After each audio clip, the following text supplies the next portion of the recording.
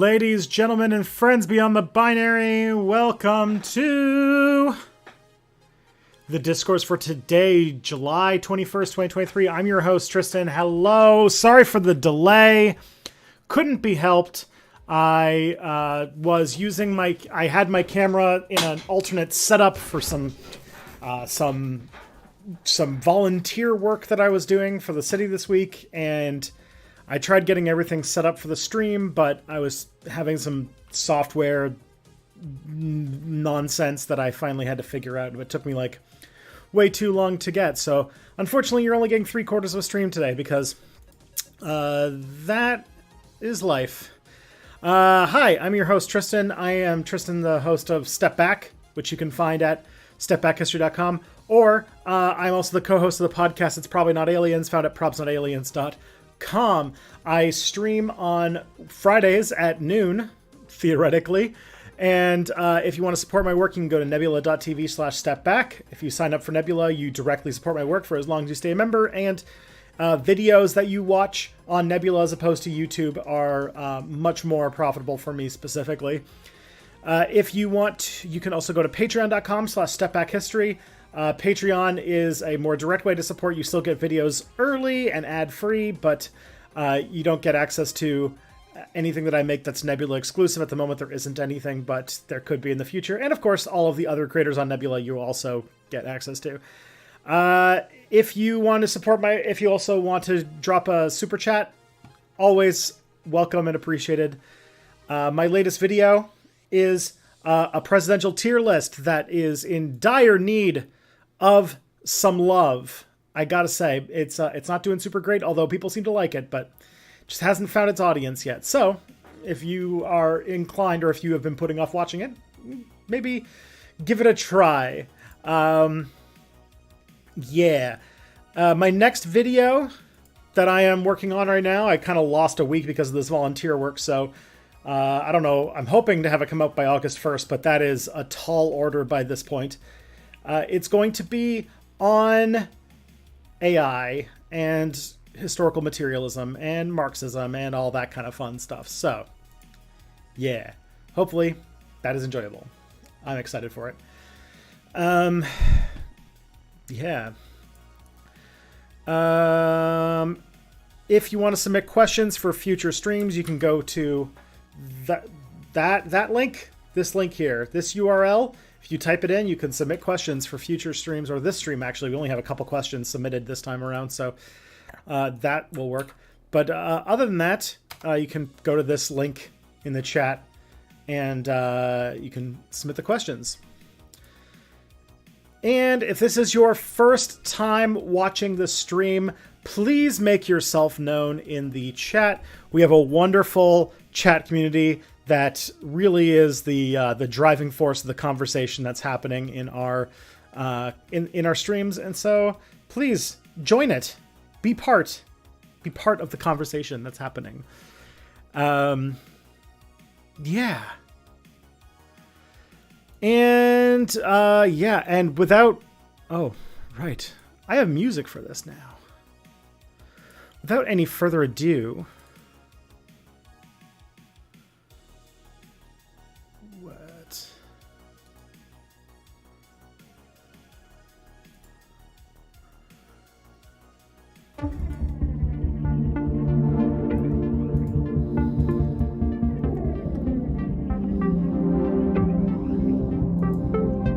what is this?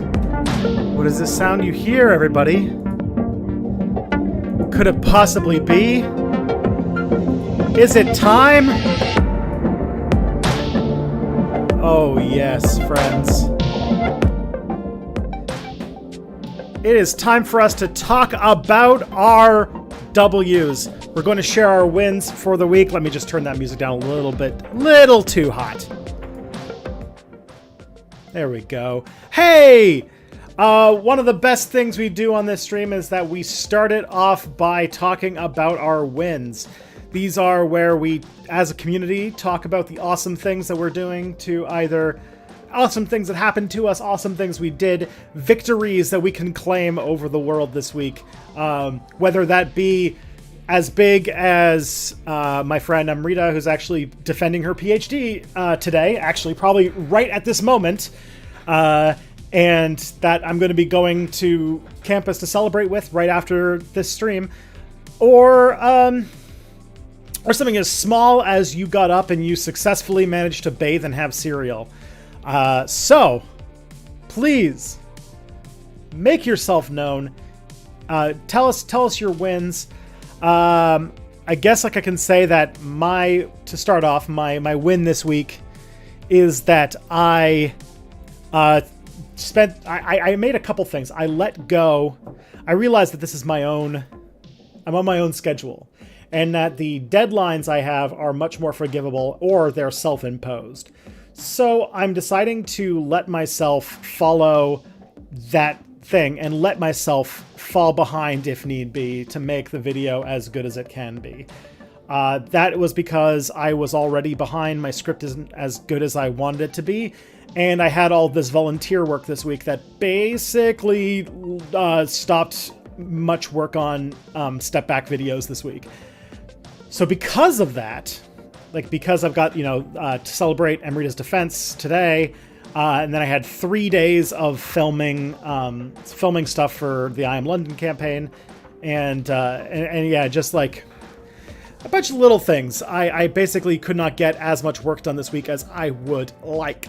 So that means that I decided to let go of the firm deadline that I was already behind on my script, and I was supposed to be shooting this week, but that's just not what happened. And so I decided to change my deadlines to really be like, all right, the video is coming out on the 1st. I've still got time. This can still happen. And furthermore, I came to a second conclusion that I think I'm very happy with. Now, I've been struggling with my research process for a very long time. My videos always had a sort of struggle when it came to the research phase. I was always trying to do way too much research in way too short an amount of time. Just not a time frame that I can actually do. So I was doing stuff like expecting myself to read 10 books in 5 days, and then beating myself up for not being able to do that impossible task. So I decided to change up the way that I research, because I've realized, because part of my volunteer work is I spent basically a week hanging out with a journalist, and we kind of had conversations about research, and the thought came that I'm spending... Let me just turn on the loopable version of this song.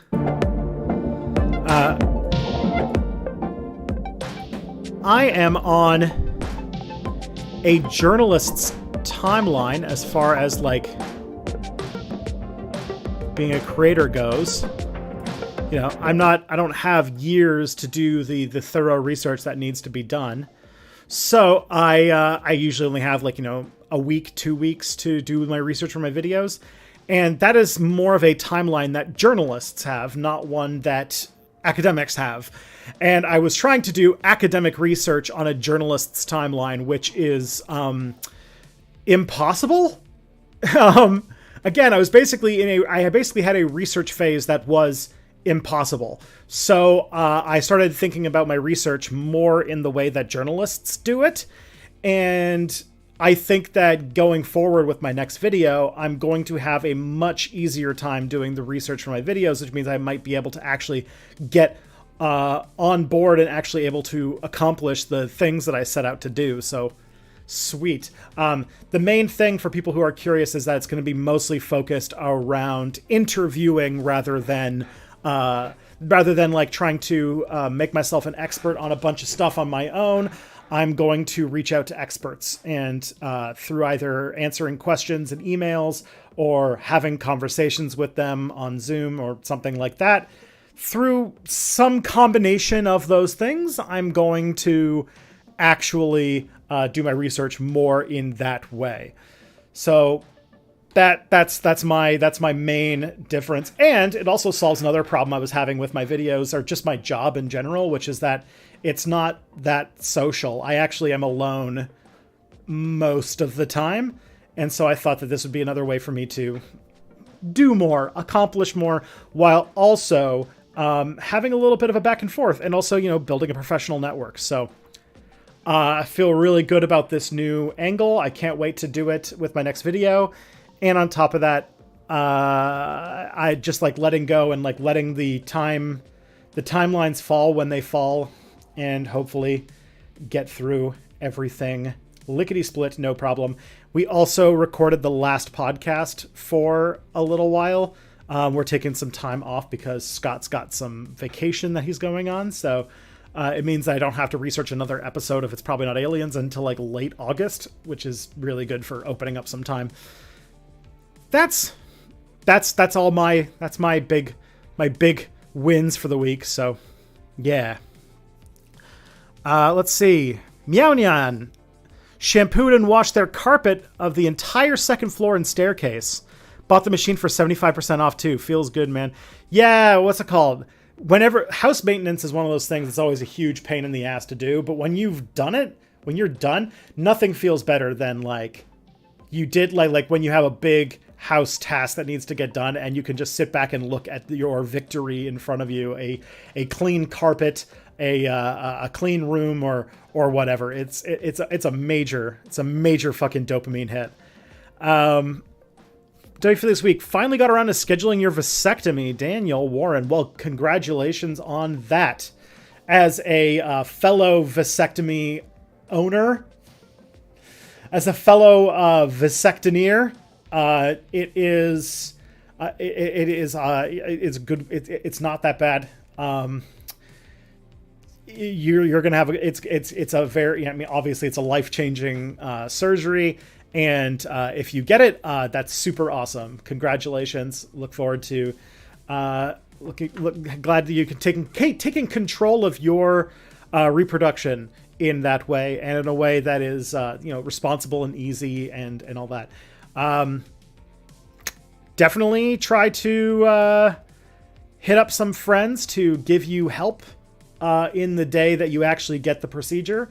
I had when I got mine back in September, there was some annoyance about the fact that my son was only 8 months old and my wife was out of town for business. So I was alone for a good chunk of my recovery, which was not good. So one of the things that I did do, which I would recommend that you do, is hit up if you have anybody who can, depending upon how busy you are. I don't know. If you got a vasectomy, I'm kind of just assuming that you already had all of the kids that you want to have. But if that number is 0, then this isn't really a big deal, I guess. But for me, I enlisted my parents to take care of things, because you're going to be pretty sore once the actual freezing wears off, and but the actual procedure itself is like stupid easy and really fast and really painless. I did not feel a single bit of pain during the entire procedure. The only time things started to hurt was in the weeks after, or the days after, and it clears up pretty fast. So congratulations, Daniel. Orange Moon was able to get all of their laundry done in a single day. Fuck yeah. Good old laundry. The neglected but necessary thing. I'm realizing that it's been a bit long since I did my laundry last, so I'm probably going to need to get on that this weekend. Although, in typical Tristan fashion, I now have to go to a baby's birthday party on Saturday, so we'll see how much of a deal that is. Daniel started teaching their oldest 5 to read before kindergarten so he can start making a lot of sense of the world. That is awesome. Reading is one of the best gifts you can give. The gift of literacy is one of the best things that you can give somebody. So the fact that you're starting early is amazing. I had some trouble learning to read initially, mostly because of like ADHD stuff. But yeah, once I figured it out, man, it's one of the best things you can have. All right, Auntie K's Tarot Insights is uploading for proofs your second tarot deck for Kickstarter. 16 months of work and possibly being paid for it. Nice. Well done. Art. Getting paid to do art is one of the coolest things. It's one of the rare gifts that has been bestowed upon me for this kind of thing. I guess I'm technically making art right now by like talking at a camera while people watch. So, yeah.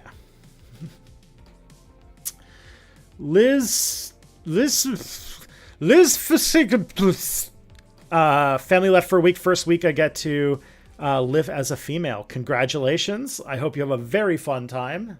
Let your flag fly. Enjoy your week.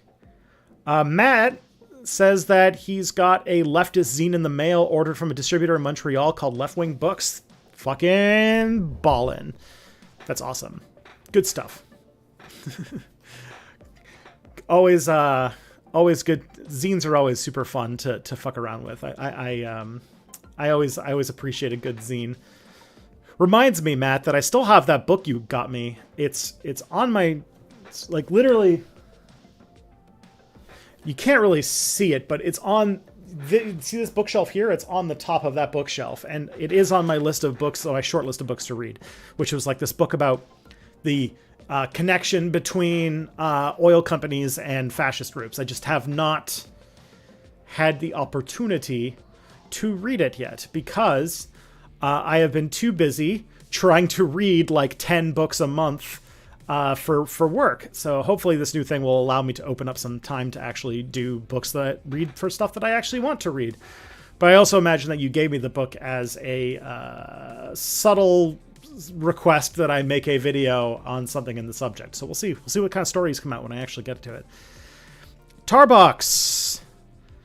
It's my wife's birthday this weekend. We're getting a kid-free night tonight and had one last week. So there's your W. Yeah. Good stuff. My wife and I do a once per month night where we hire a babysitter because, before my kid was in daycare, we had because I basically had no time to do any step back work, we hired this amazing babysitter to take care of my son for 10 hours a week so I could actually get some work done. When he actually went to daycare, we had built such a great relationship with her that we decided to like, hey, what about like once a month we hired you to see him so she can still like, be in his life and spend time with him, once a month. And my wife and I can go and do stuff. And we used that last week to go to a party and get very drunk. So, I'm realizing that as we do this, that almost every single time I come home drunk, which is fun. Other Daniel grabbed some jock straps. I wish to do that before the vasectomy. Oh, yeah, I guess that is there. Although I was more of like keep shit loose. Depends upon your feeling. I would say my recommendation is frozen peas. Get yourself a sacrificial bag of frozen peas. It will help, especially on that first day. Matt had 3 straight days in a row where they completed most of their Pomodoros. Fucking lit. Awesome. I'm glad that Pomodoros are working out for you. I probably should go back to using them. I haven't been lately because my life's been too chaotic. But hey, if it's working for you, that is awesome.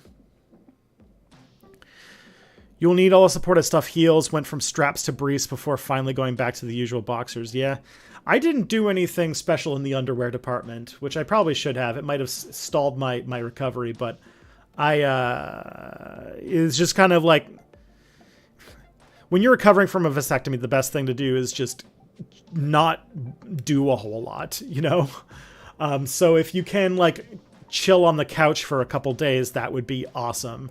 But also that's making it out to be a much more major surgery than it actually is. It's such a small procedure now that, yeah, it's annoying and it hurts, but it's not nearly that bad.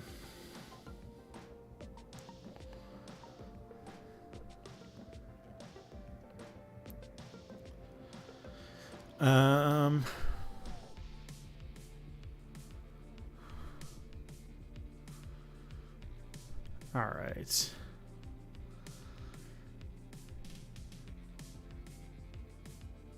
Two is good for me.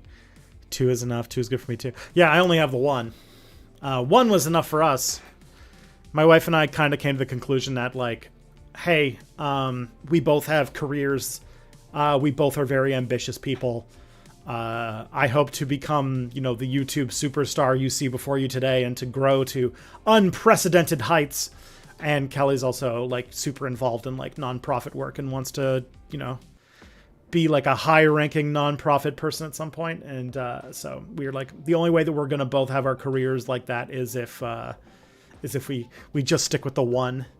And he's enough. He's great. He's a great little munchkin. Yesterday, I think we had our first legit temper tantrum, which was fun and a sign of things to come. I'm using some PTO and hoping to sit a lot. Yeah, go for it. Just don't do it alone like I did. Pim Cormans managed to survive Belgium. Well, that is a feat in and of itself. For real. I really like the latest IPNA episode on Chariots of the Gods. Yeah, I haven't listened to it yet. Obviously, I didn't do that episode. That was sort of part of, we have Scott and I had to have a sit down in like early June where we were like, oh shit, we both have like a bunch of stuff coming up in the next like couple months. So we have to like plan out every single week for the next couple months. So for example, that episode that Scott had to record. So Scott had to record an episode without me, which was covering for the week that I was in California. Because I think that episode was recorded like in late June when I was at VidCon. And then to kind of cover another week, next week is our Christmas in July D&D thing where we recorded a It's Probably Not Aliens Dungeons and Dragons like Christmas special that we didn't get through the editing process in time for it to come out at Christmas time. So we were like, let's do a Christmas in July thing, which is very fun, where I play a warlock by the name of Derek von Eriken. It's very fun. And then, after that, we've got another episode we recorded. I recorded an episode with my favorite new YouTuber that'll be coming out in August, which is my favorite new YouTuber, Angela Collier, who's like a physicist. I describe her as what if Jenny Nicholson talked about physics. That's like my description of Angela Collier's channel, and it's pretty good stuff. And then there's the episode that we recorded yesterday with Mia Mulder. So, and after the episode that's going to be coming out on August 15th, we're doing 2 weeks where we're not releasing new episodes, but we are going to release supercuts of 2 of our 2-parter episodes. We did 2-parters on Eric Von Daniken and David Icke, and those are by far like our most popular episodes. So we thought we would take these 2 episodes that have part 1 and part 2 and just sort of glue them together and release them, re-release them. And we're also like having serious talks about like because It's Probably Not Aliens is getting close to 100 episodes, that if we ever need a bye week, that we can, like if we need a week off for one reason or another, we can delve into our back catalog to release them, because podcasts, you're not expected to listen to every episode, especially when you get to 100 episodes. So we can sort of, as we build a repertoire, when we, instead of like, missing weeks or something like that, we can actually just like potentially release a applicable new episode. We'll see. Let's see. Cleaned my bedroom on Monday and I didn't even read Jordan Peterson to do it. Well done. The other W this week is that I snaked out my plumbing vents. My pipes aren't backing up anymore. Fuck yes. Love a clean pipe. Wait, did you get it after you had your kid? Yes. Guess I don't need to ask if you're having any more kids. Yeah, I am biologically incapable. The main answer, Tarbox, is actually that we never really planned on having more than 2 kids or more than 1 kid. It was never really in our things because of the whole career stuff I mentioned earlier. If we ever find ourselves in a much more financially stable situation, like if Step Back starts actually doing well and I start getting paid above minimum wage, and we have like a house that can actually handle it, because we don't really have enough room in the house for 2 kids at the moment.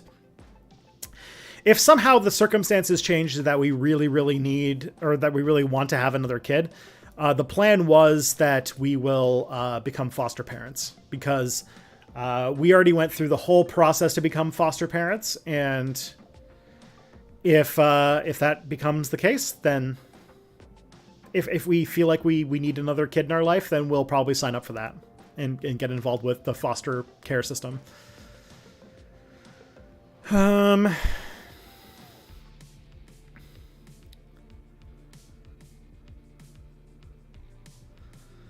Low-key win for many people. An episode of Strange New Worlds came out. Yeah. We just watched that. We watched it over 2 days. And yeah, it's a good episode too. It's a Uhura-focused episode, and it has a lot of like the setting the pieces for TOS, which I like a lot. My oldest daughter also has ADHD, and she struggled to learn to read. Yeah. I had a thing where like one of my friend's brothers struggled to learn to read, and his mom figured out this like game that sort of used like egg cartons and stuff to like learn how to phonetically read stuff. And it really worked for that kid. And so she gave it to my mom, and apparently my mom used it for me to learn how to read in like a couple hours, which is wild. Your dog's dental mass is finally out and isn't cancer. Fucking A, man. Animals not having cancer is the fucking best.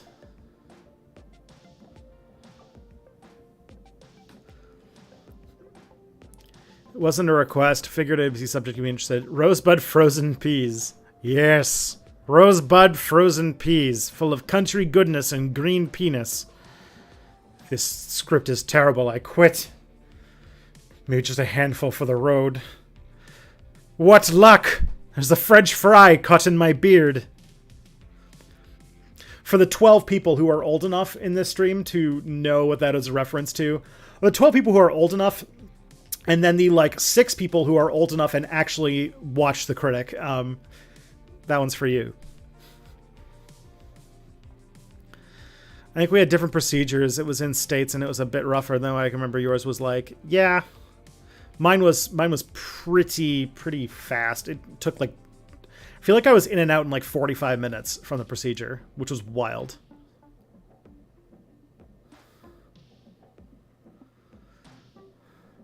They also used like their numbing agent was not a needle. They used like a legit fucking hypo spray, which I was like, holy shit, I didn't even know these were real.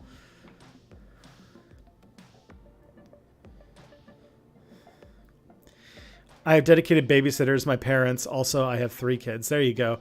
My parents don't live in the same city as me. They will someday. They just retired this year, and they're trying to like get their things in order so that they can sell their house and move here, but it's probably still a couple years away.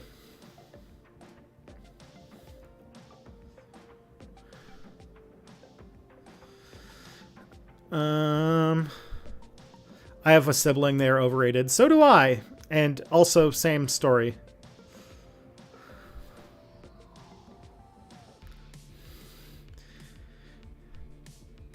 Let's see.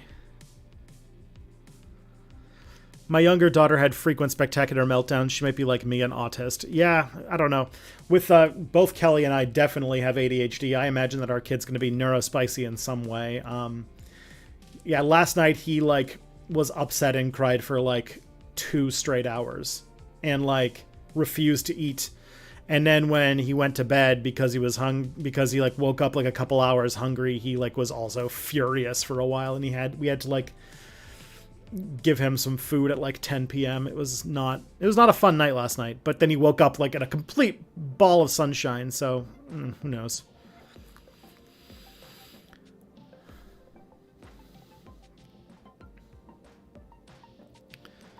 Huge fan of your collabs with Mia. That's awesome, Daniel. Actually, the episode that I just recorded yesterday of It's Probably Not Aliens is Mia as a guest on the podcast. So it's me, Scott, and Mia. Very fun. The Von Daniken episode is quite good. Awesome.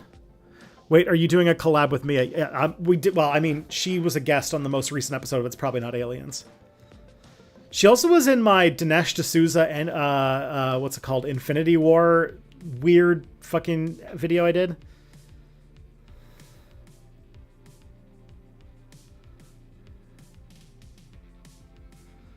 Speaking of Scott, is he going to do a Garfield Eats video now that Nathan Masry is making Scooby-Doo Eats? I don't know. He's doing a lot of stuff. He's always got like 5 or 6 videos on the go at the same time. The dude is a fucking machine. Okay.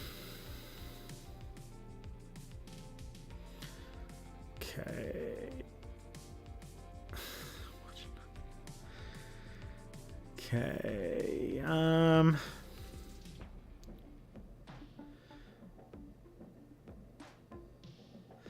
Been a trip watching my 5-year-old just do things better than I did when I was 8. Yeah, I mean, I have a feeling that like when I was 8, we still raised children so terribly. Like, they make the joke about how boomers have lead poisoning and so their brains don't work so good, which is true. But also people my age, like I was born in 1988, there's still like, I was still exposed to more lead than the average person who was born like a decade after me. So, yeah, I'm glad to see that like my kid will grow up with like a lot like better situations overall. Cause also like when I was 8, just like the name of the game was like the most artificial, grotesque shit ever. It was the most unhealthy period to be alive. Just wild.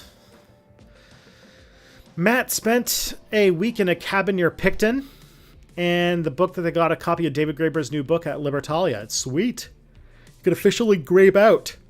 Matt's gonna grabe. That's awesome.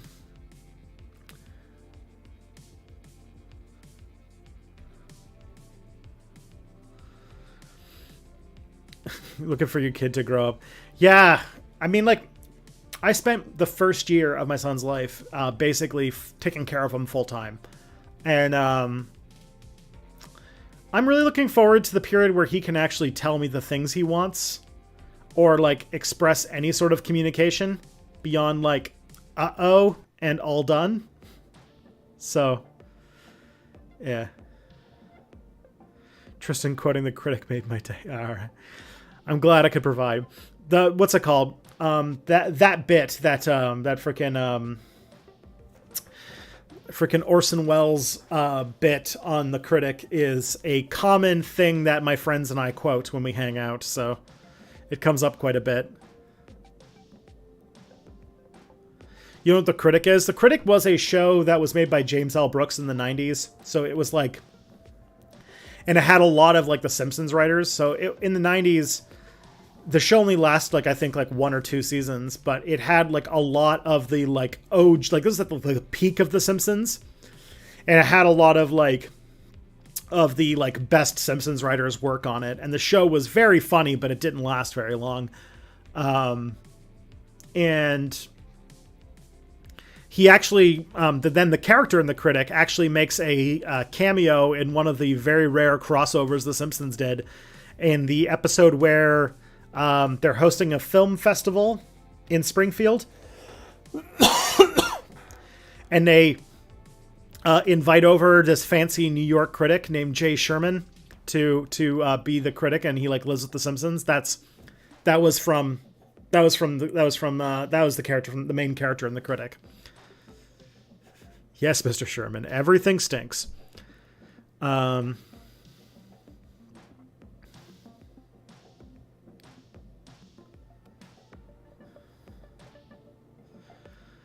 am not the cruel bear your American meme makes it out to be. Shoot to wound.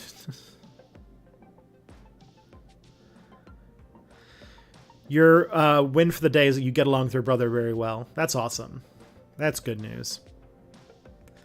My sister and I have just never seen eye to eye.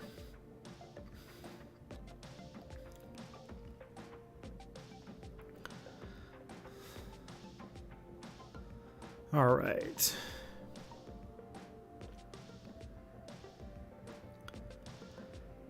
Now that the Avengers have long overtaken the X-Men as the flagship group title, do you think the X-Men are better suited to solely mutant rights activist group or opposed to a trad hero team? Who knows? I don't know what's going to happen. I feel like Marvel shit is due to be changed very radically. The fact that they've had like several failed movies in a row now, and that like there's like the signs that like there's that whole thing that came out this week about how Bob Iger is planning on maybe even selling Disney to Apple. That and like they're releasing their Disney Plus exclusive show Miss Marvel on ABC, and like it's very likely that season 2 of Loki is just going to be the last Marvel Disney Plus show, and like all that stuff. Like I feel like the MCU is going to have to look. It's going to change quite a bit. I don't know what it's going to look like, but and now that they've got the X-Men, I don't know what they're going to do with it.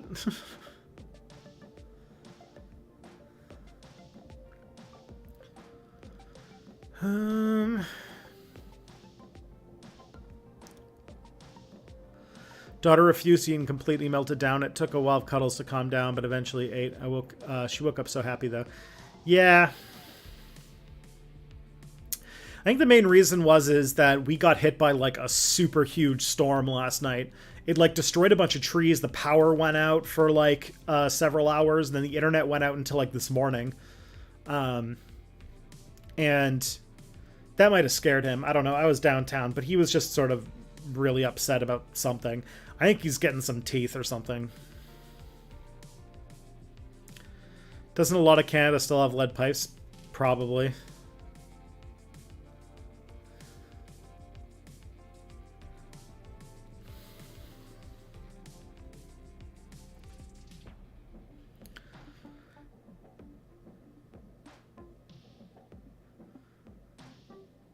Okay. A Star is Burns. Yeah, that's the name of the episode. That's also the one where they were like, get me Steven Spielberg. And they're like, you're not going to be able to get Steven Spielberg. And they're like, then get me his non-union Mexican counterpart. And it's like, listen, Stefan Spielbergo. It's like, oh, man. That was pretty fun.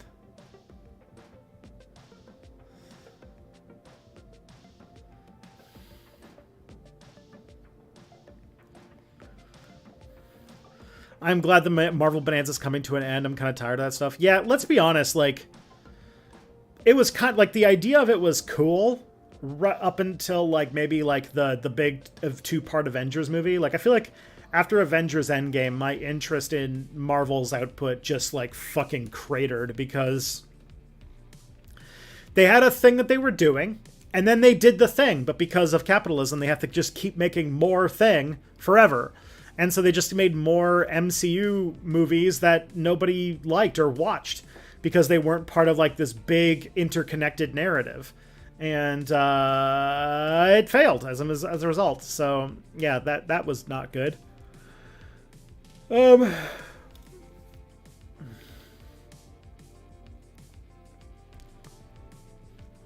aren't selling. That was a rumor created by a right-wing culture war site.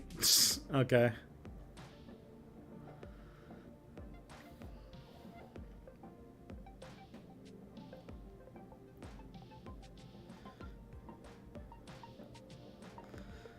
Yeah, I'm glad that they brought. I love that they brought. I know that I heard they killed Miss Marvel and then they brought her back immediately, which is good because Kamala Khan is like the most. I think is like my favorite Marvel superhero. So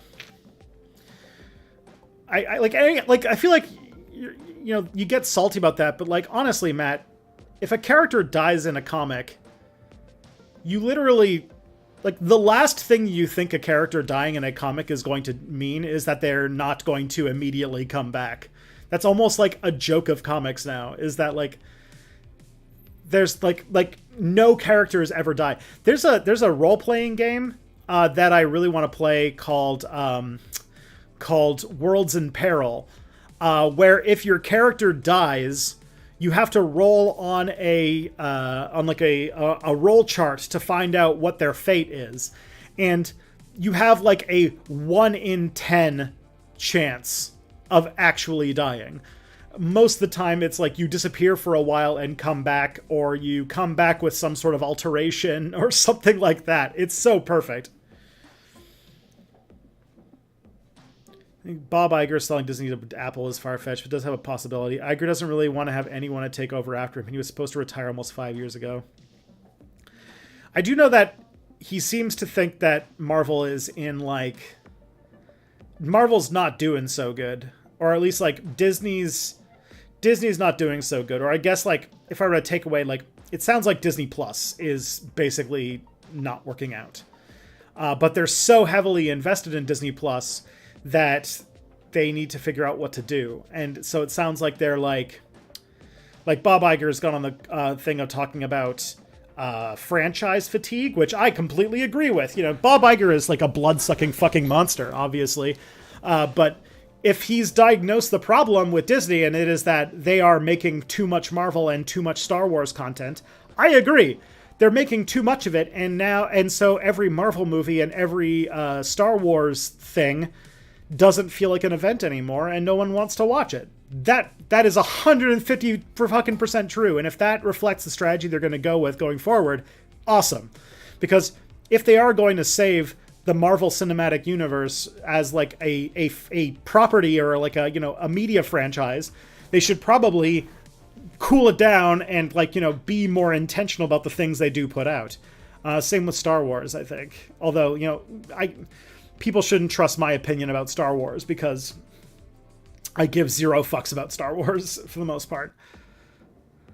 So, yeah.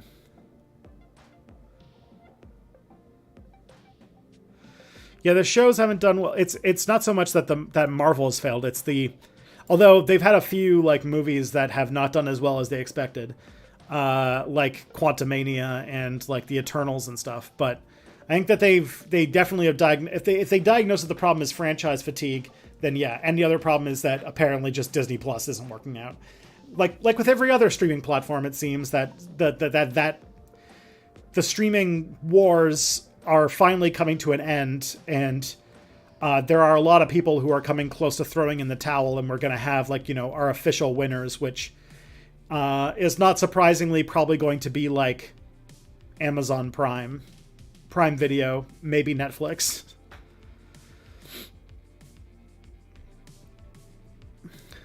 So we'll see what happens.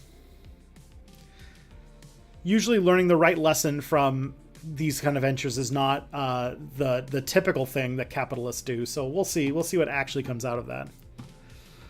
Okay. I think we have just about, I think we're done with our wins. Does anyone have any last wins before we go into questions?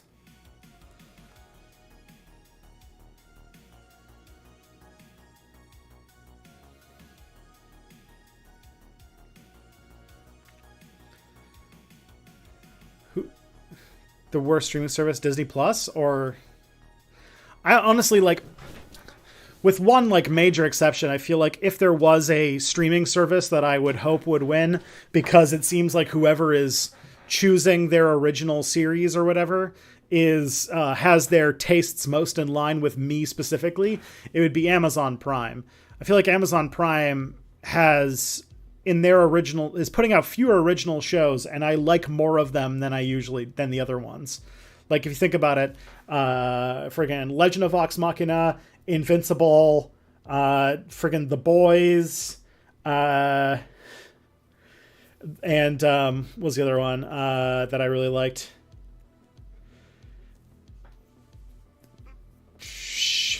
Legend of Vox Machina, The Boys, Invincible, and just can't remember the other ones. But like I did not like, this is gonna get me canceled, I did not like the Wheel of Time. I thought the Wheel of Time show was bad, and I think I joined everybody with not really being a super big fan of the Lord of the Rings show. I couldn't finish either of those.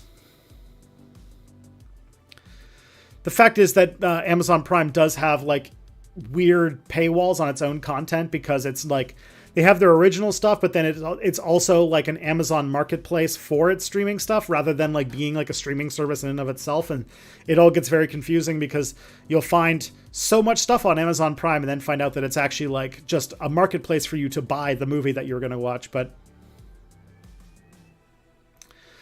yeah, but I will say on the pure strength of like who is greenlighting shows that I like, it's probably Apple versus Amazon Prime. Because like Amazon Prime, you've got, again, You've got The Boys, you've got Invincible, you've got Legend of Vox Machina, you've got The Mighty Nine coming up that I'm probably going to like. And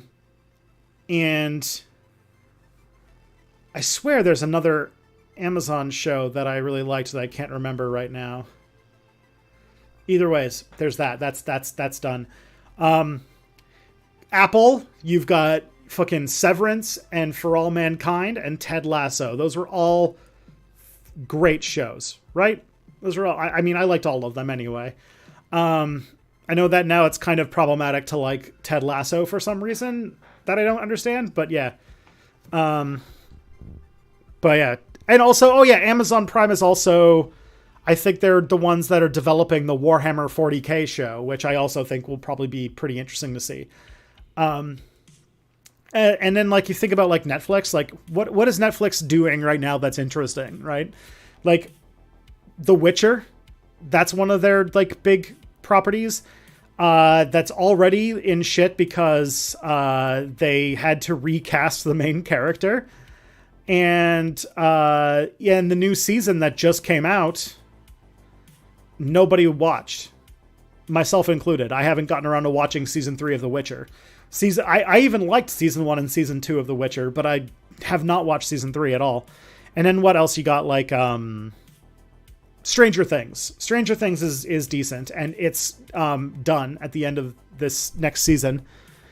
And what else do you have? They also are developing that Avatar: The Last Airbender live action series that had and then didn't have the original creators. And now the original creators are off doing their own thing. So Disney Plus, if anything, it's like its goodness comes from the fact that it has everything that Disney ever put out. Like I found, like to me personally, the hidden gem that I got out of Disney Plus was that when they did like the Fox purchase, they added on FX. And FX is one of those channels that I believe had a lot of really great shows that went under the radar. That's just my... Oh yeah, Netflix did have Arcane. I did see Arcane. Arcane was good. I don't know a single fucking thing about League of Legends, nor do I ever plan to, but Arcane was good. But yeah, on the Disney Plus thing, like FX, I have been like FX's content that they put on there was so good. Like, You're the Worst. That is a great FX show. Freaking Atlanta, great show. Friggin' What We Do in the Shadows, another great show. Reservation Dogs, another great show. Fucking those are some fucking banger shows that that kind of went under the radar because of FX. Because FX never really got the love that it deserved from Fox. And then, you know, Disney's just got the entire repertoire of Disney movies and Pixar and all that kind of... Basically, it's like almost required ownership for any sort of child owning person is to have the Disney Plus, so you can get all of the things. Reservation Dogs is being canceled. Aw, man. That makes sense because the show never really got a lot of buzz, but man, it was a good show.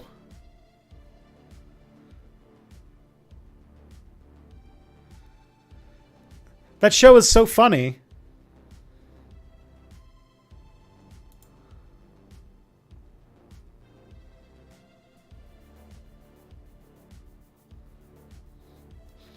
I just saw here. Yeah, Reservation Dogs is getting a 3rd season, but it's the last season. That makes sense.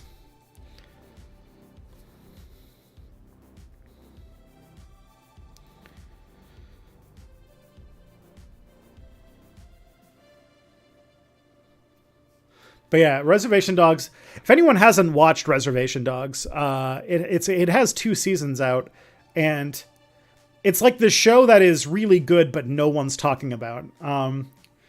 It's sort of, I always compare it. It's like Atlanta. It's like if Atlanta was Atlanta, but focused on a Native American reservation in Oklahoma. It's about like a group of like semi-delinquent teenage kids growing up on a like a native reservation in Oklahoma. And I say it's like Atlanta because it's like a dramedy that also has like a touch of like magical realism in it. And it's really good. In the same way that Atlanta is really good. Atlanta recently ended, and I think it ended on a high note, and I enjoyed that show quite a bit. Because I don't think it's hard to say that Donald Glover is super good at making stuff. He's just a very talented man. Disney Plus also has The Orville. Yeah, Orville, great show. It's another show that does not get enough love for what it was. It's Fox did it fucking dirty with its marketing, and they marketed it as Family Guy in space, and that is so not what it was. It was so good, so good, and yet didn't. It just never could shake down that, like, yeah, it's made by the Family Guy guys, so it's not going to go anywhere. And it's like, okay. Huh. But yeah. I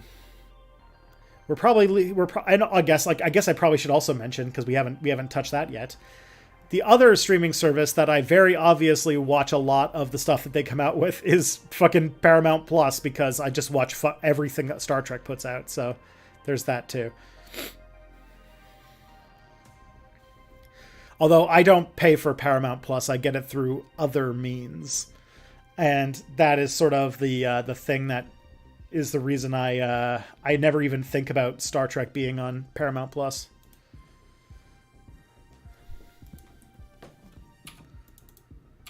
All right, let's actually do some questions.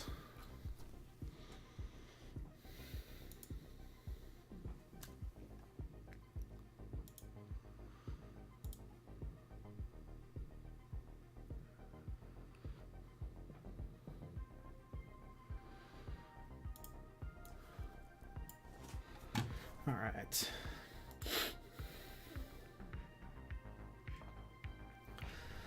So first question I got here is, why is there a myth that Marxism is third world and anarchism is first world? They're both from European philosophers. This is mostly because of Maoism. If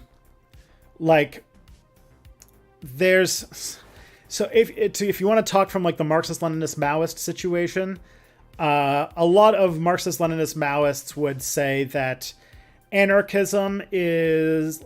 I have to make like a little button or something where I'm saying a position that I don't actually believe, so I don't get snipped out of context.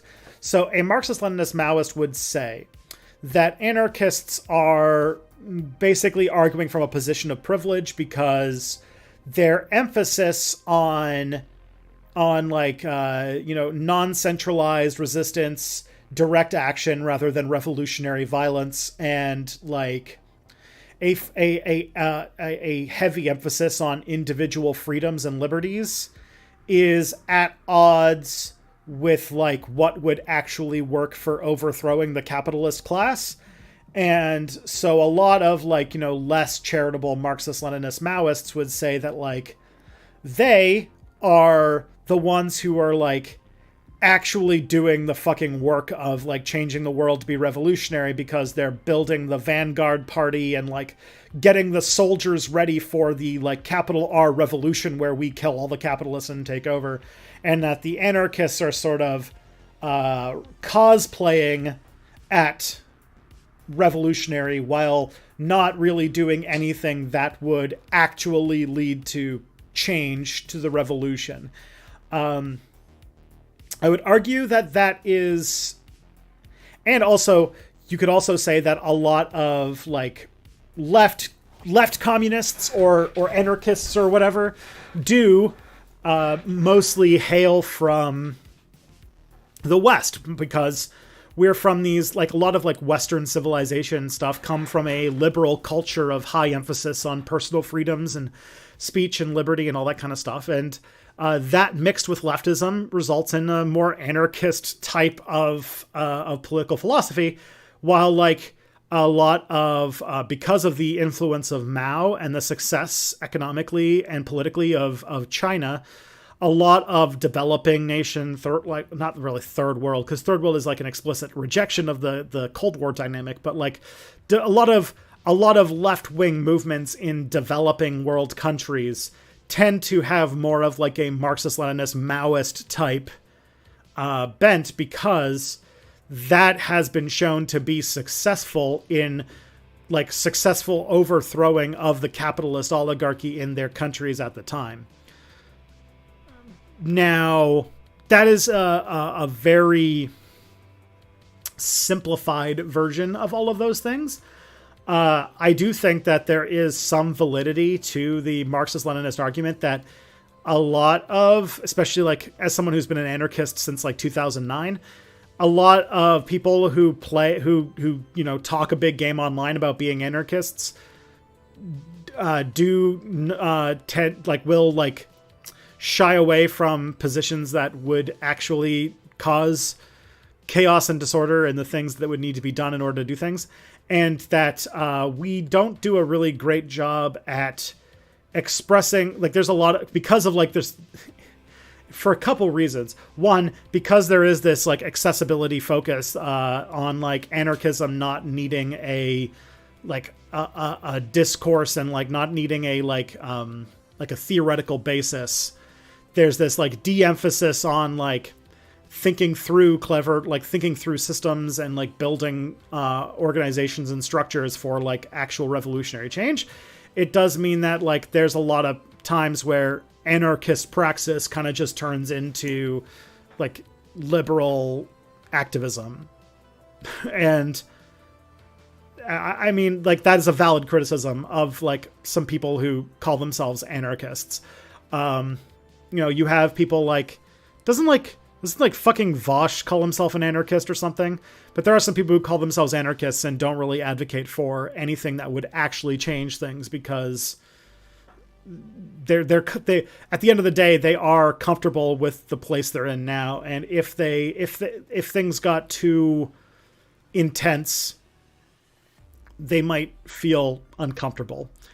I would say though that is erasing a large part of the historic anarchist movement, which have come from rural leftist movements that have come from places like Spain, like Italy, but also that there is a very strong, anarchist contingency in working class, especially indigenous led revolutionary movements, probably the most famous being the Zapatista movement in Mexico. But there are other examples, like, for example, the Rojava communities in northern Syria, and various examples of making the world you need, making the anarchist world you want, while also fighting the war against the oppressors. It's not like a hopeless thing, and there are cases of it. There's also and a lot of the times, a lot of what I would argue, what a lot of Marxist-Leninist type movements do, is build this centralized authority based on ideas that come from other countries, while a lot of anarchist ideas can be built from the existing cultural folkways and pathways of the society that they're in. And so that's why I think that a lot of, even though they don't have the sort of, they don't read the bread book, people don't read Kropotkin, a lot of anarchists don't read Kropotkin in the same way that Marxists would read Capital or something like that.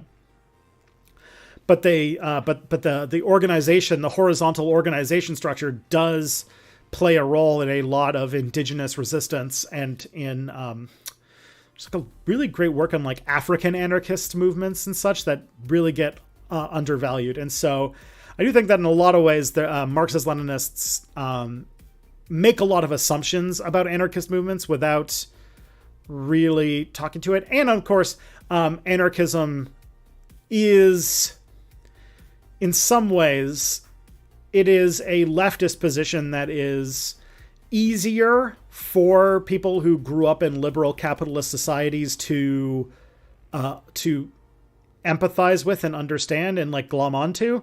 And so I think there are a lot of people who become anarchists when they're very new to their left-wing journey, and means that they have less fully formed ideas. So I think there are things that we could learn about, like how, first of all, that these aren't even mutually exclusive systems, that anarchists could organize themselves, anarchists could have a bit more of a backbone and be a little bit more assertive, that like, no, our thing is not about like, we're not just like left-wing people who also, do food, not bombs, but also that we are like, we're committed to like actual revolutionary change. And yeah, it's obviously a complicated back and forth. And in many ways, I think that the fighting between the two groups is not very productive, given the situation that both of us are in, because anarchists and Marxist-Leninists are, with like very few exceptions, not in power anywhere in the world. And we do ourselves less of a service by fighting about whether or not our organization should have centralized authority and states, more than we should just be like, hey, capitalism's super bad, isn't it? And also, yeah, somebody pointed out, anarchist means no organization, like communist means no toothbrush. Exactly. There are a lot of anarchists out there who don't really understand the position that they themselves hold. And so when you talk about like anarchists, like when you talk about like an anarchist world, you're like, yes, it's an organization that would have like a deeply federated version of different communities. But like when it comes to like things that you very obviously need centralized authorities for, it's not like they wouldn't exist. Like it's just that they would exist in as horizontal an organization as they can afford to do, based on the needs of the situation. Like you probably don't need, you probably don't need to have a centralized government for a lot of, smaller things, in which case you would organize to devolve it down to the smallest organizations that you can get, which I would argue should stay within Dunbar's number. Like if you get to a situation where a lot of day-to-day decision making is made with people who can't even have passing familiarity with everybody who lives in that community, then you're going to run into problems. So I think that a lot of the horrors of this world come from us abstracting other humans out of their humanness. So on that note, I do think that but when it comes to like, how do you have nuclear power? How do you have medical systems? How do you, manage disaster relief and pandemic response and all those things in an anarchist society? And it is that obviously those would exist. They would be managed and funded and manned by the communities, because instead of having like a central authority at the top, it would be more like trying to think of like a good example, like kind of like a mastodon type thing, like a bunch of different communities that have federated together into larger and larger super federations that then use their collective resources to deal with these things. And it's a thing. It's a thing. It's a lot. It requires a lot more imagination. But unfortunately, anarchism has been reduced to basically, as somebody pointed out, the equivalent version of saying like socialism is when no house. They'll say like anarchism is when no government. When like, in many ways, I think an anarchist society would have way more governments than it has today. It's just that they would be smaller and closer.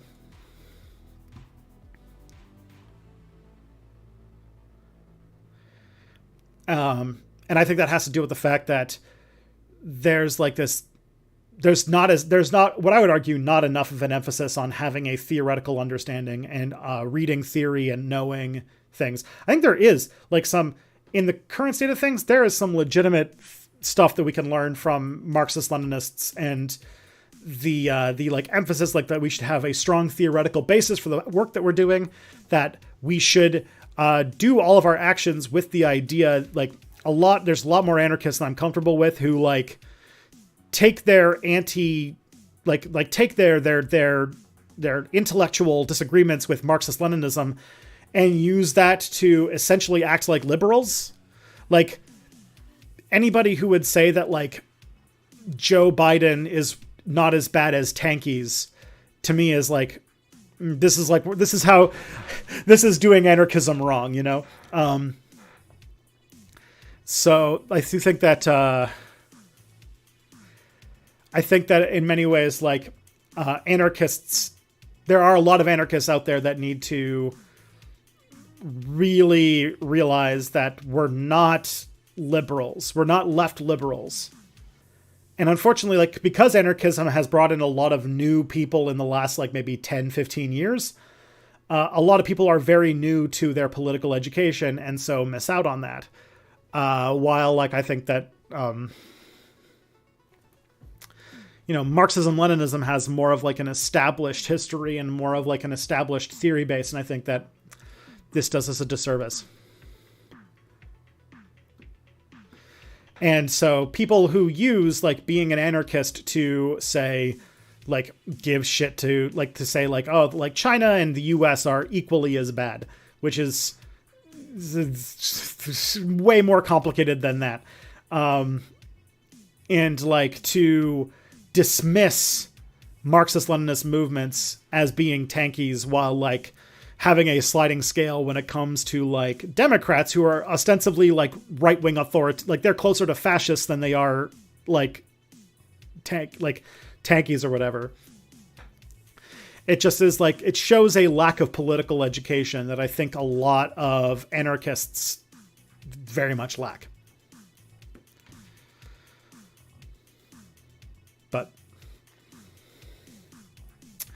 And I also do think that a lot of Marxist-Leninists discount anarchism because they see this and they find these people annoying because in some ways they can be very annoying and don't engage with it on the ideas basis. Like, I have found, like, I mean, there are Marxist-Leninists who are annoying just in the same way that there are anarchists who are annoying.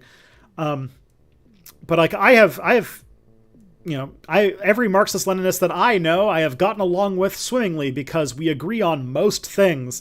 Our disagreements come down to, like, what is the necessary steps that need to happen between the situation we're in now and the stateless classist society of the future. It's a disagreement about process, not goal. And that should be a lot smaller of a disagreement than, like, whose side we're going to take when it comes to, like, the Communist Party of China versus the Democratic Party in the US,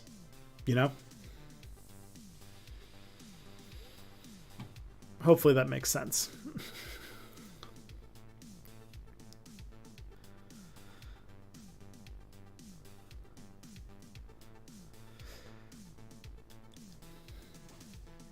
And unfortunately, too, this is us fighting old fights that don't need to be fought and in many ways are directing our aggression and energy at the wrong people.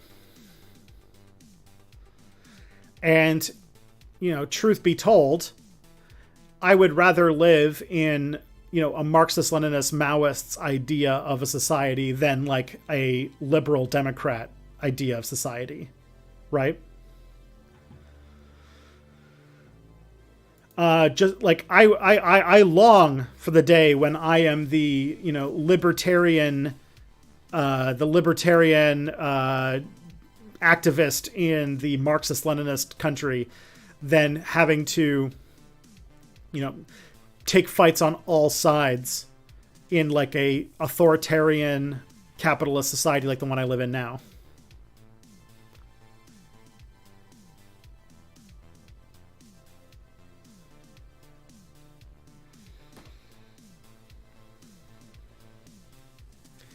A lot of tankies are pretty anti-LGBT, anti-disability. You know who also is fairly anti-LGBT, anti-disability? Like, all people, all liberals. Like, all of them. Like, even your most, like, sensitive liberal still advocates for a society that, because of the way capitalism functions, actively hyper exploits people who are LGBT and have disabilities. They argue for, at best, the government to give you a slight and very much at the whim of politicians, a handful of money to survive in a society that is actively trying to destroy you. Or trying to make, some slight laws that try to put in place so that it's harder for firms to use discrimination to force higher exploitation out of their working class. There are also anti-LGBT and anti-disability anarchists. There's definitely a big streak of anarcho-primitivists who have a really shitty takes when it comes to disability. Not all of them. I feel like I'm the person who really needs to be like, hey, anarcho-primitivists aren't all fucking monsters. And the ones who are have a misunderstanding of pre-agricultural humans. But I will also say that there are anti-LGBT anarchists. There's some really big issues with Christian anarchist groups and stuff like that. And it turns out that in all political streams there are shitty people, and that is a problem. And the other problem too is that people fall far too often for rhetoric instead of action. Democrats and liberal, left liberals have a very good way of sounding like they actually care about issues when they could not be bothered to do anything about it. And in many ways, even their best positions, even their best attempts to massage a liberal capitalist society into being accepting of everybody, regardless of background or ability, is focused entirely on the government giving you permission to live, which I think is really fucking shitty.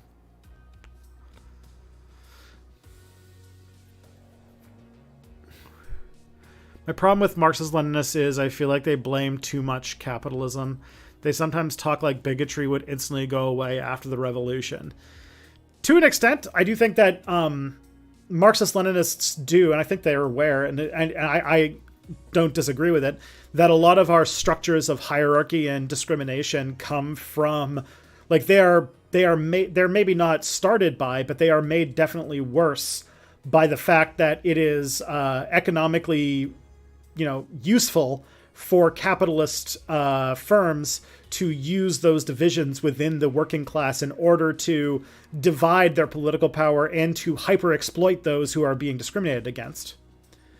And that removing those economic systems that cause that would definitely ameliorate the issue, or at least would not make things better, but not fix things, but make things better. Furthermore, if you think about it, a lot of our discrimination, especially racism, come from settler colonialism or just colonialism in general. And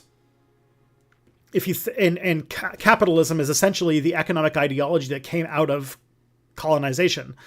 And until we get rid of capitalism, colonization will never end. It will always be an area of the rich trying to extract resources from people who don't have the military resources to fend off colonization and essentially turn their resources over to them.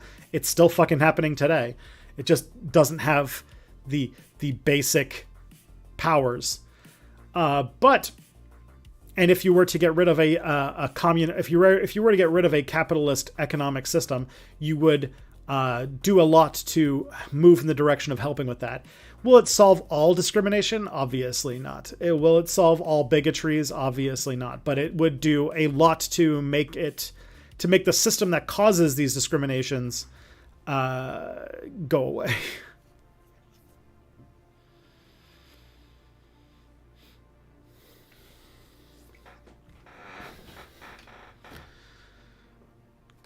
You're wary of Ann Prims. Yeah, I mean, Ann Prims, depending on the day, depending upon what mood you catch me in some ways I see their positions on some things, and in many ways I do not. Because, their basic philosophy, I do understand. I do think that that there has been like there's almost like a Faustian bargain that we made when we started farming that has put us on this spiral to increasing our consumption of the world's resources in an unsustainable fashion, leading to eventually the systems collapse of the planet. But that's a problem that we like. There's no solving that problem right now. Unfortunately, like it's sort of one of those things where it's like in a perfect society, we probably wouldn't have invented farming like 10,000 years ago, but unfortunately we're like 10,000 fucking years deep into it now, and it's not, and any process to turn that clock back would be met with lots and lots of death and suffering. And so we kind of need to figure out a new relationship with the natural world with the people we have today, and based on a position of belief in the innate value of all people. So yeah.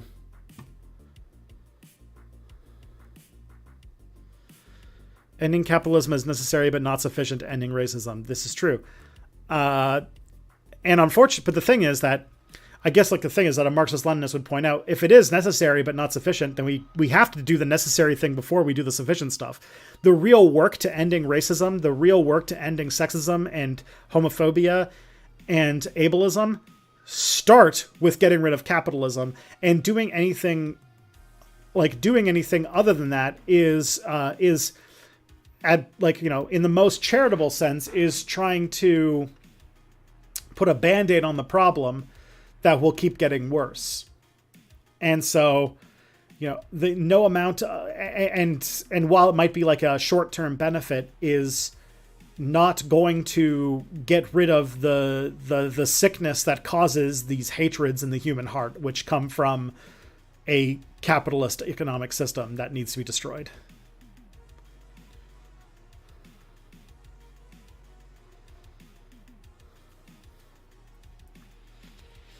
Not everyone farmed the same, but we farm very differently in a lot of the Americas.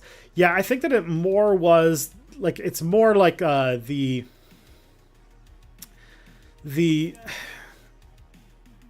yeah, obviously the anarcho-primitivism is not a position I'm going to defend. I don't want to be put in that place, and it's not a thing. All right.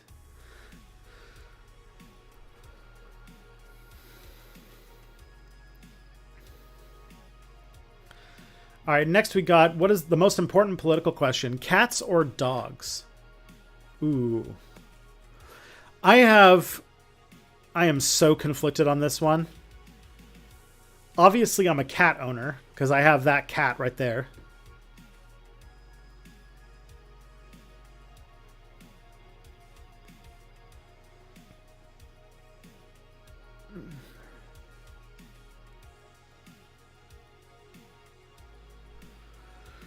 So, cats or dogs? So I will say, one, I own a cat. I've grown up with cats my entire life, and I enjoy them. But I will say, probably in like my own sort of statement, I've only ever owned a dog for like one very brief period of my life, and it was very nice. And I dream of the day that I'm allowed to own a dog. I feel like I would enjoy having a dog a lot, and I have thought a lot about like, man, someday I'll be able to have a dog. Hopefully. So dogs have always been a thing that I've wanted but haven't had. And so I can't really speak from experience, which makes me sad.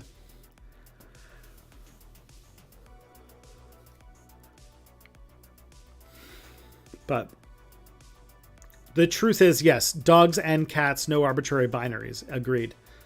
I have been a cat person for most of my life, and I would love to have some dogs.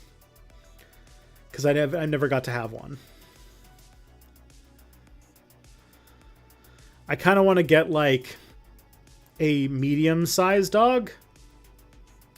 I don't really want a huge dog. I want something like, I don't know, like an Australian cattle dog sized dog, if that makes sense. I'm trying to think of other dogs that are sort of in that size that I'm thinking of.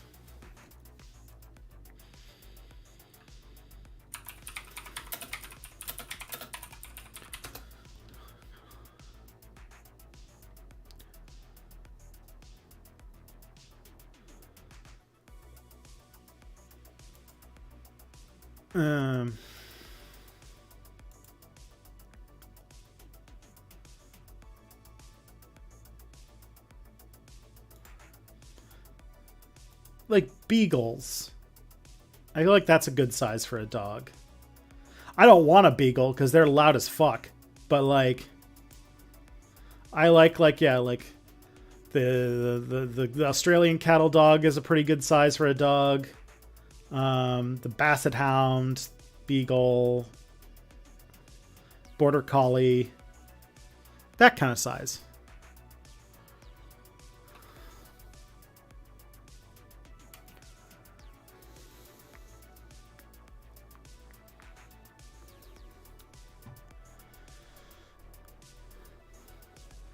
Because the only time I ever had a dog in my life, it was a Jack Russell. And I liked him. He was a good dog. Just, I want something, I want a dog that is, you know, a bit more than just a cat that barks.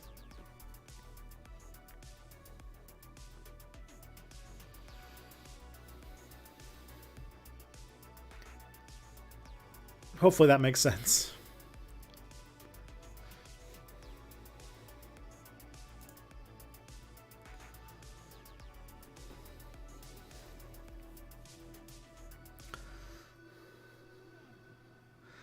Been listening to It's Probably Not Aliens.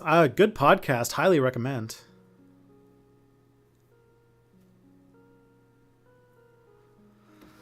The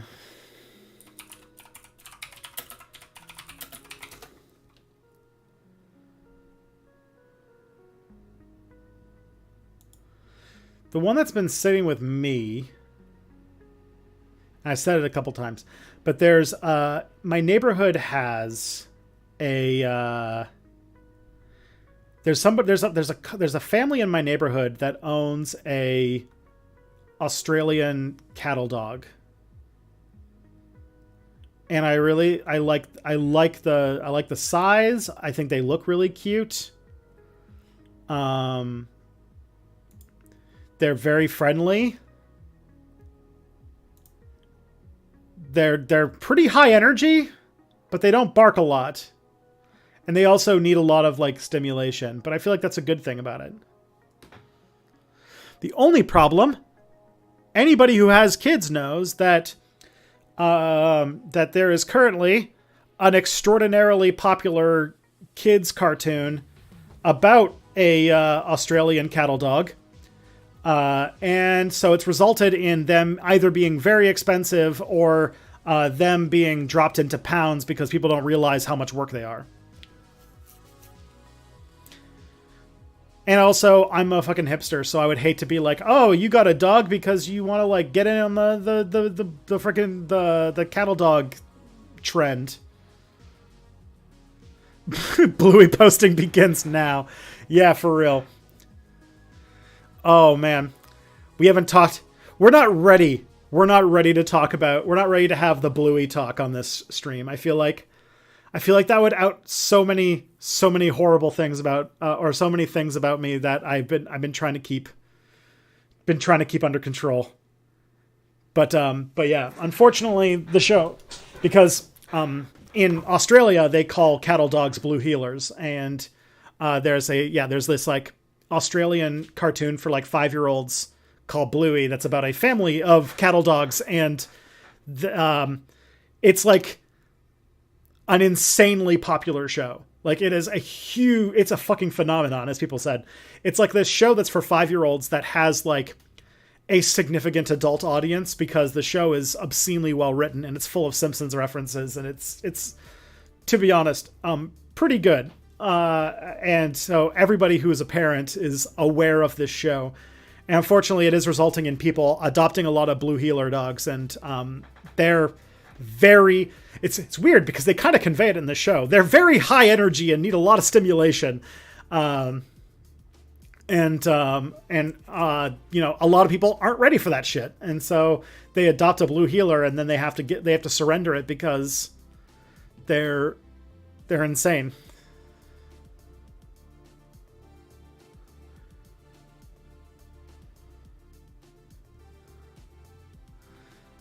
But yeah.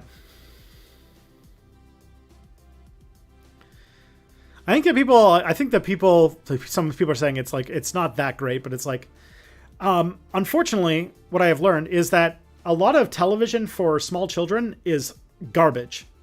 And it's like super low quality garbage, and it's awful, and it's poorly written. Just because it's for kids, they think they can get away with like low quality animation, bad writing, and just like being bad. And the thing about Bluey is that it's a show that's for kids, and very explicitly for kids, but it is like they actually care about the animation quality. They care about it being well written and all that kind of stuff. And it is like, you know, good, well, it's good quality content for kids in a media ecosystem where there is very little good stuff for kids.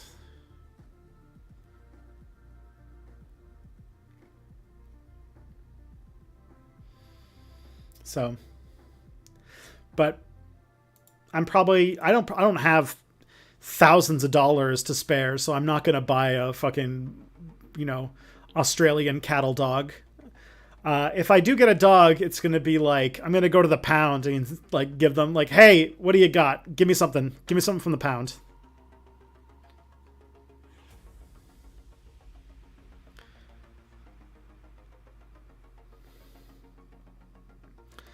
What I really want is a mutt. That's like my favorite breed of dog is mutt.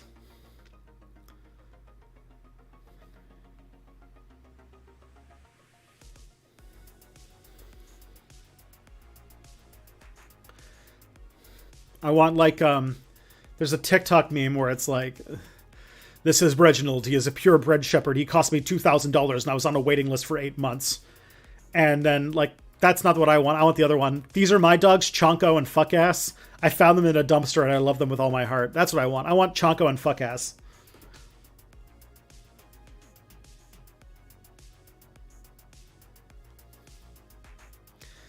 Oh man. What's it called? We have banned Paw Patrol content from this house.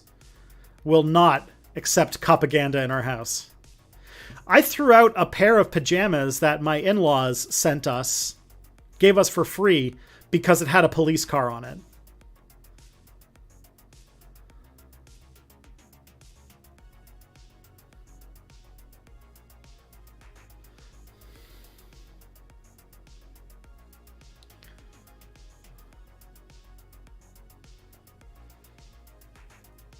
It's the exact way to be about pets. Yeah. If I find my dogs in a dumpster, that makes me very happy.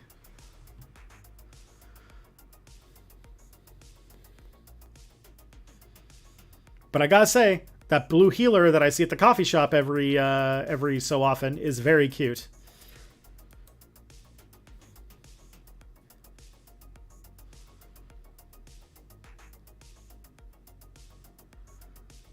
Maybe I gotta show you what they look like.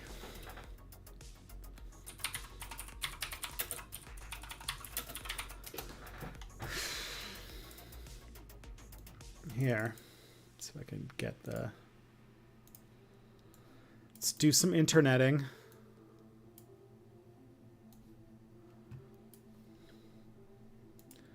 So this is an Australian cattle dog. Like, isn't that cute?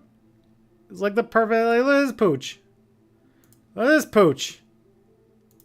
Like, look at that. Come on. That is, like, the perfect dog. All right.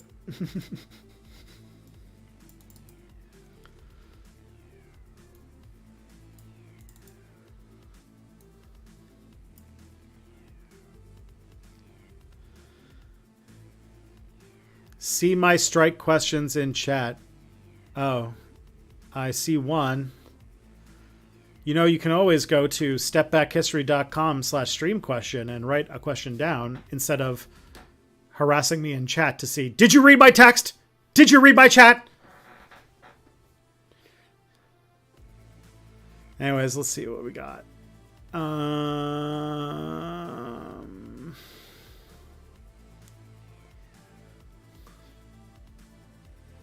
How long will the actors strike last? No idea. Couldn't even tell you. I honestly, that's the other thing. I can't answer it. I like, obviously I'm like, yeah, go SAG-AFTRA and like the Writers Guild of America.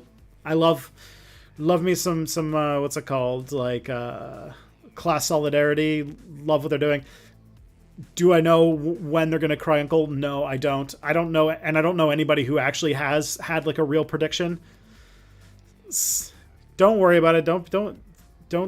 I obviously was too dramatic in my answer. It's just, yeah, just I made the thingy. That's what the thingy's for. And I will not forget about it if you do that. Until at least October. That could be true. It's when the studios are waiting for the writers to run out of money. Fun. Yeah, I don't know. I don't. It's been so long since the last writer's strike. I have no idea the dynamics at play here. I don't know what's going to happen. So we'll see what happens. The thing is, like, I don't see a quick way out of this situation at the moment, which is interesting. The longer this strike goes, the more that like Hollywood fucking falls apart. So we'll see what the end result of that is.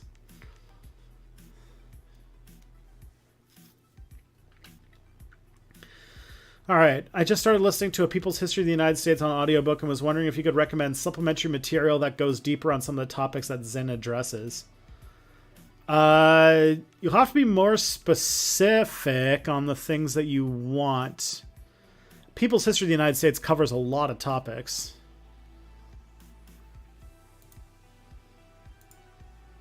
Because, like, in some ways, I just have to recommend, like, every history book. But depends upon what you want. The VFX people might be unionizing. Sweet. What if like the VFX people strike, and then you get to a situation where like instead of capitulating with the studio executives, the VFX and actors and writers unions just made their own movies and TV shows. Ooh. Oh, maybe they don't need to ask permission from the execs to do it. They just do it. They just make shit. Dr. Horrible's sing-along blog started that way. And that shit's super fucking problematic. But, hey.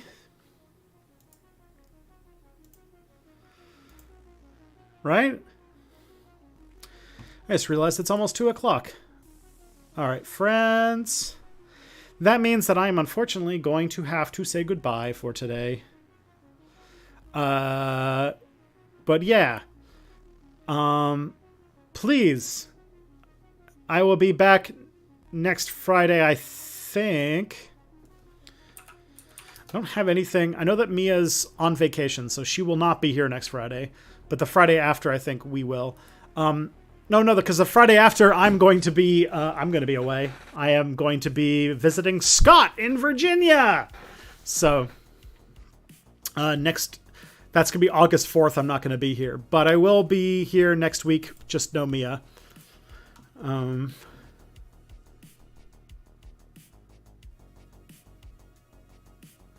Yeah.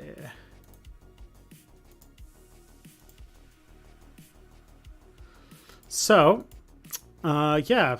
But yeah, please have a great time. Have a good week. Take care of yourselves. Take care of each other. And I'll see you guys soon.